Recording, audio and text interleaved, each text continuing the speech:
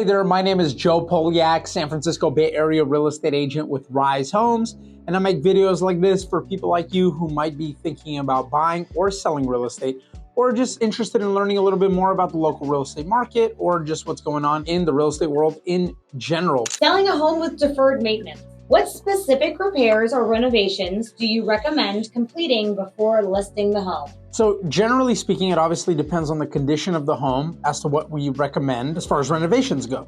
So for the most part, most homes just really need painting. So interior, exterior painting, and then the preparation and repair work associated with that. So often that's going to be, patching up cracks and the stucco and repairing dry rot wood and things like that. And so if there's popcorn ceilings, usually I recommend removing those as well. Painting is usually going to be like pretty much a no-brainer if you've lived in a home for at least 10 years that hasn't been painted. I recommend painting, definitely. And then floors. So oftentimes that'll include like refinishing hardwood floors or replacing carpet or removing carpet and refinishing the hardwood underneath that. Or if there's laminate in the kitchen and bathrooms, replacing that with a luxury vinyl material. Usually all the surfaces that you can see are going to be painting and floors.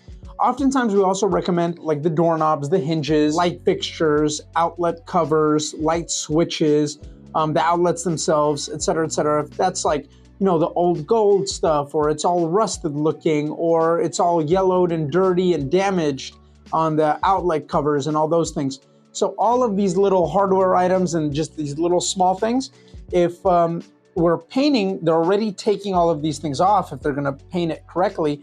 So why not just replace it with new versions of those things? In addition to that, usually I do also recommend professional furniture staging. It also depends on the property itself and how much it costs and whether it's worth the return. So for example, if it's like a small one-bedroom condo in a large building that has really narrow elevators and it's on the third floor, that staging-wise could be very, very expensive and not necessarily worth it for a $500,000 condo. Whereas a single-family home, a $3 million single-family home where you could the stager can pull up and park in front, bring everything inside into a good sized home, then I would recommend that definitely. So it really depends on the situation, but most of the time I do recommend staging as well. And then of course, just any repairs. So if you know that the roof needs to be replaced, that it's in rough shape, that's a good idea to do. If there's any broken or damaged windows, if there are any anything that's just like not functioning well or working in the home, if the oven hasn't worked in a while or dishwasher doesn't work, just the more things that you can fix, it means the less items that a potential buyer feels like they have to do after they buy a house. The more turnkey a home is for a potential buyer, the more likely they are to pay more money for it, and the more likely they are to want the home in general. Please don't forget to hit the subscribe button, hit the like button, and comment with any feedback, questions, or anything else I can help you with. How do you plan to market the home despite its need for repair? So some homes, for example, some owners don't want to do any preparation work, right? Maybe the home is a bit of a fixer and they just say, hey, I just don't want to deal with any of this. I just want to sell it as is. And I know if I put in maybe $30,000, $40,000 that we can get an additional a few $100,000 sale price, but I don't care about any of that. I inherited the home from my mom and my parents paid like $20,000 for the home 50 years ago. And now it's worth, 1.8 million. Okay, great. Got it. No problem. So we would just market the home in a very similar way as we did if it's prepped. At the end of the day, it's just about, taking good pictures and having good marketing collateral and just making sure it's available for sale on all of the major portal websites and on MLS, of course, multiple listing service, and also sending out the email blasts and making sure we have plenty of open houses and availability for showings and things like that. So really, it's just about maximizing the exposure. And yeah, the buyer pool that's going to come in is just going to be a buyer pool of potentially investors, flippers, and of course, end users, people who just want to buy a home and remodel it the way that they want it. But you do cut out those buyers that do want a turnkey finished product, something they can move right into. There was one home that I sold towards the beginning of my career, so maybe in the first couple of years, that was in really, really rough shape. The family didn't have any money. They lived in the home, and it was just really tough. They just really didn't want to deal with any kind of repair work. They didn't want to live in the repair work. It was a big family. A lot of people lived there, multi-generational.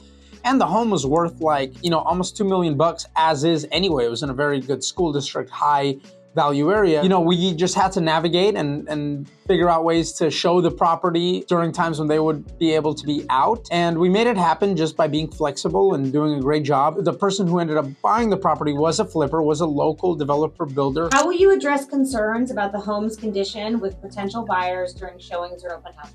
So generally speaking, we really want to just be transparent. When we sell homes in the San Francisco Bay Area, we do full and complete pre-sale disclosures. So that means that we have a full and complete home inspection report, including the roof by a local reputable inspector. We have a pest and termite report as well that we provide. If there needs to be a chimney report or a swimming pool report or anything else like that, any other types of inspections, elevator inspections, etc., then we make sure to have all of these things as well. Also full questionnaires from the sellers. So the fact of the matter is we just want to be as transparent as possible. We also want to encourage people to get their own inspections. We also want to encourage buyers to bring their contractors, their friends, their family. We can just to be as transparent as possible to allow people to make a decision as to how much they want to pay and how much they're going to have to spend on the property after they buy. How do you handle negotiations with buyers who may request repairs or renovations as part of the sales? Because we're in such a competitive market here in the San Francisco Bay Area, most offers are as is. What that means is when we provide these pre-sale inspection reports and all of these disclosures, it allows people to do all of their due diligence before submitting an offer on the property. And so if they're doing all of their due diligence before submitting an offer on the property, they can see like, okay, looks like the roof is old. I'll have to replace that in a little bit. And looks like I have to replace these 4 windows. And looks like I'm going to have to remodel this bathroom. And looks like I'm going to have to do this work and that work. And so they can then talk to their, advisors, their contractors, their friends, call people up. I can give them my contacts. I can get pricing for things like that and provide that information for them so they can estimate how much it'll cost. And generally speaking, in our area, we don't have negotiations or requests for repairs during our transactions. It's more rare in our marketplace. Now, it's more common in the rest of the country where there are no pre-sale inspection reports. There are no full pre-sale disclosure packages. You make an offer, it's based on a certain expectation, and then you come in, you get your inspection reports done, and then you decide to renegotiate or ask for repairs based on those inspection reports, and the buyer pays for those. In our area, because the seller, oftentimes, it's more common for the seller to pay for the inspection reports and provide that in the disclosure package before buyers make an offer, then it's an as-is offer oftentimes, and there is no negotiations really going on during escrow unless something new popped up that we didn't know about, right? Or that, a pipe burst in the middle of escrow and flooded the downstairs, and now that's a new, but that's rare for something like that to happen. That's not a commonplace thing that we are as is, that no contingencies. Do you feel like that's a common thing that comes up, or only just people know that going into California or the Bay Area? No, most of the time, some people heard about that and they have friends or they have family who've either sold a house or bought a house before, and so they have a little bit of, understanding of it, but I do usually walk people through that entire process and why that's a little bit different here. And I show them examples and I take them touring properties, whether they're a buyer or a seller, to just say, look at this. We show them disclosure packages. We show them our previous disclosure packages. We explain the benefits, the risk, rewards. And, we take people through that, and I always do explain the whole process, because no matter what, even if you're super familiar with the process, even if you sold multiple homes in the past, et cetera, usually our team, we sell 40, 50, 60, 70 homes per year. We do this a lot more often, so we're able to give a more detailed, nuanced explanation of why we do what we do.